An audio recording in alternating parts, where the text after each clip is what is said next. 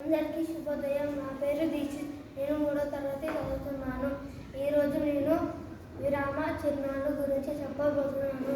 మనం మాట్లాడేటప్పుడు, రాసేటప్పుడు ఎక్కడ ఆగాలో ఎక్కడ ఆపాలో తెలిపే వాటిని విరామ చిహ్నాలు అంటారు. బిందువు, దీనిని వాక్యం ముగిసింది సందర్భంలో వాడుతారు.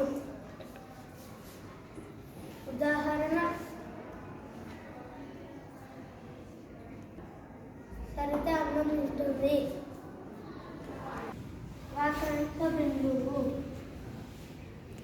దీనిని వాక్యం ఇంకా పూర్తి కాలేదు సందర్భంలో వాడుతారు. ఉదాహరణ: రవి, రాము కలిసి బడికి వెళ్ళారు. ప్రశ్నార్థ బిందువు, దీనిని ప్రశ్నించే సందర్భంలో వాడుతారు. ఉదాహరణ: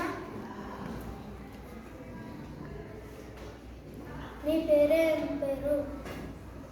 ఆశ్చర్యార్థకం, దీనిని వాక్యంలో